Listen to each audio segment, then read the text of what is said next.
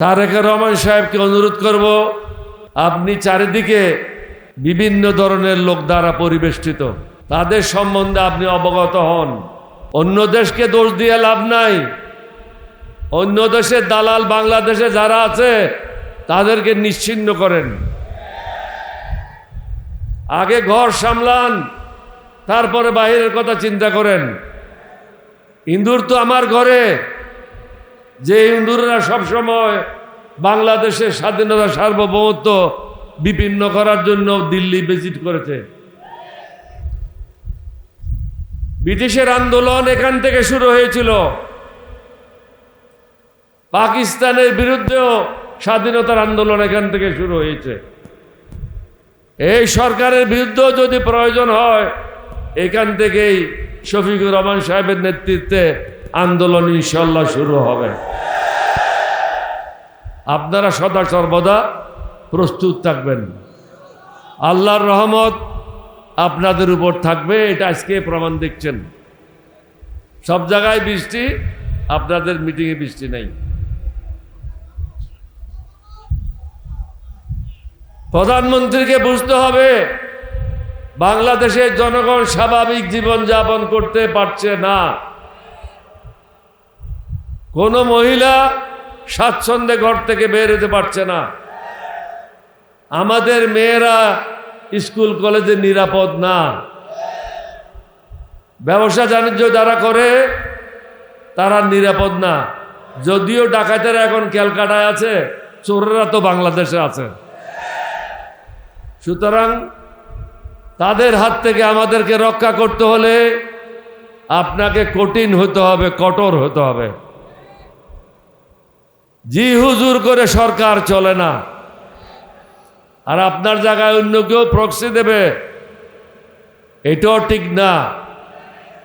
আপনাকে বলতে হবে, I am the prime minister, এবং আমি কথা বলবো। আমার কোনো চাকরের প্রয়োজন নাই। নিজকে প্রধানমন্ত্রী হিসাবে প্রতিষ্ঠা করেন।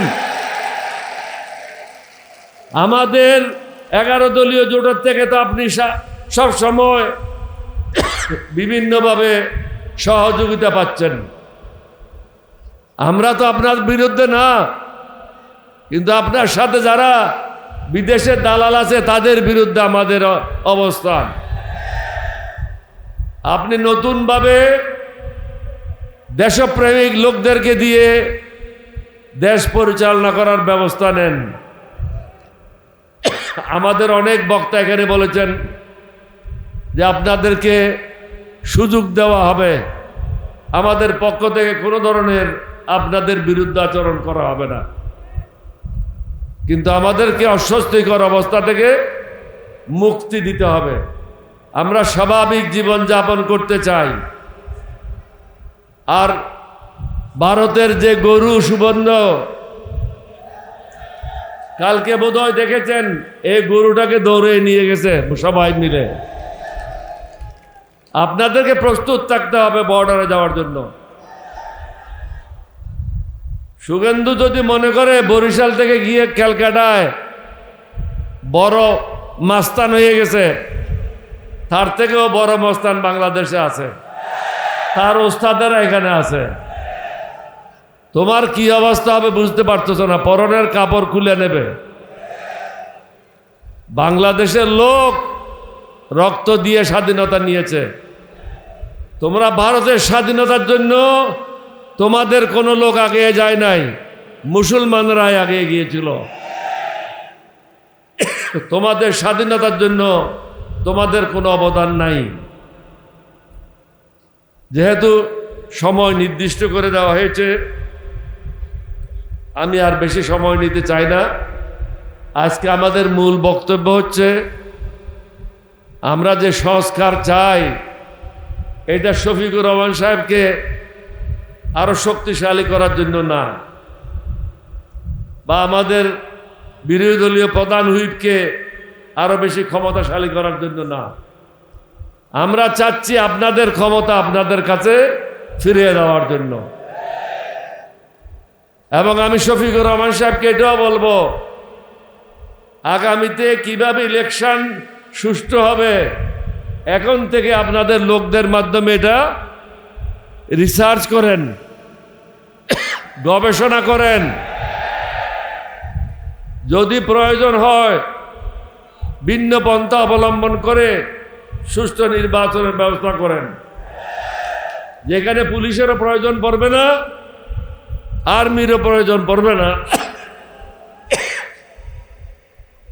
বিগত নির্বাচনে সবাই তো ছিল, তারপরেও তো চুরি ডাকাতি হয়েছে, তাহলে ওদের রেখে লাভ কি? আমাদেরকে ভিন্ন চিন্তা করতে হবে।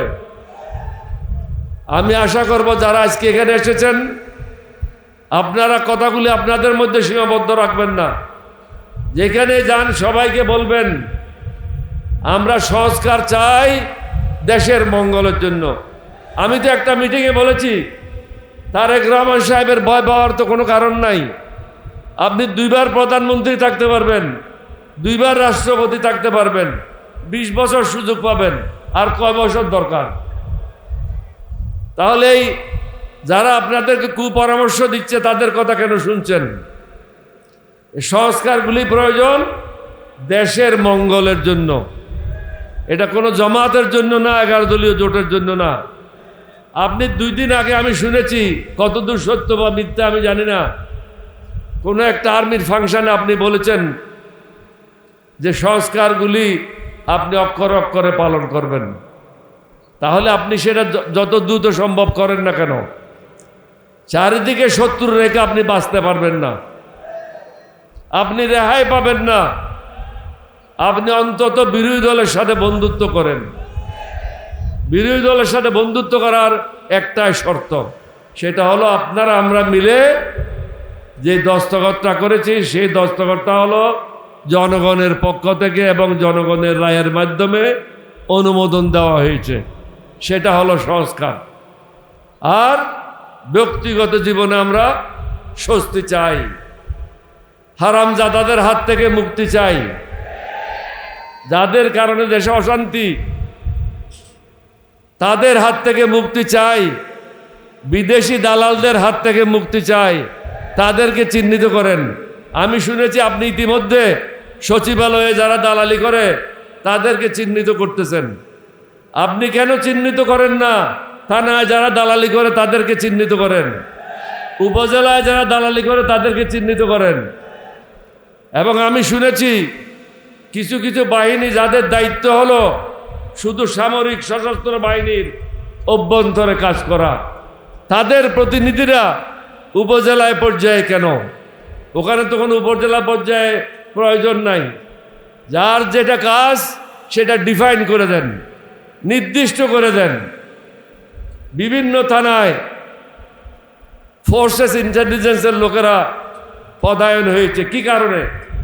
ফোর্সেস ইন্টেলিজেন্সের কাজ কি?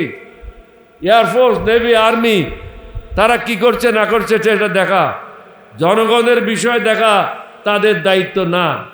তাদেরকে আপনি দুর্নীতিগ্রস্ত করছেন, কারণ যাদেরকে নমিনেশন দিয়েছেন তাদের মধ্যে 1/3 অশিক্ষিত, আর 1/3 হলো লুটেরা, যারা আমাদের টাকা লুণ্ঠন করেছে তাদের সাথে প্রেমপ্রীতি করছেন। দরকার হবে না, আমি শেষ করতেছি। যারা আমাদেরকে ধ্বংস করেছে তাদের সাথে মহব্বত করছেন। ব্যাংকে কোনো টাকা তো নাই, এটা হলো আপনাদের টাকা, জনগণের টাকা লুণ্ঠনকারীদের সাথে, তাদের সাথে কিসের মহব্বত? হাত পা ভেঙে গুঁড়া করে দেন, যাকে যেখানে পান ধরেন। এখানেও যদি কোনোখানে পান তাদেরকে ধরেন, হাত পা গুঁড়ো করে দিয়ে থানায় সোপর্দ করেন। এরা হলো দেশের শত্রু, জনগণের শত্রু। আপনারা যারা আসছেন এখানে, আপনাদের একটা নীতি আছে, নৈতিকতা আছে, আপনারা দেশে সুশাসন চান। এর বাইরে যারা আছে, যারা এগুলি বিশ্বাস করে না, তাদের বিরুদ্ধে অবস্থান গ্রহণ করেন। আপনাদের সবাইকে ধন্যবাদ। আমি চট্টগ্রামবাসীর পক্ষ থেকে যারা এখানে মেহমান, বিভিন্ন জেলা থেকে এসেছেন, বিভিন্ন দলের মেহমান, সবাইকে আন্তরিক ধন্যবাদ এবং মোবারকবাদ জানাচ্ছি। এই বলে আমি আমার বক্তব্য শেষ করছি। আসসালামু আলাইকুম ওয়া রাহমাতুল্লাহি ওয়া বারাকাতুহু।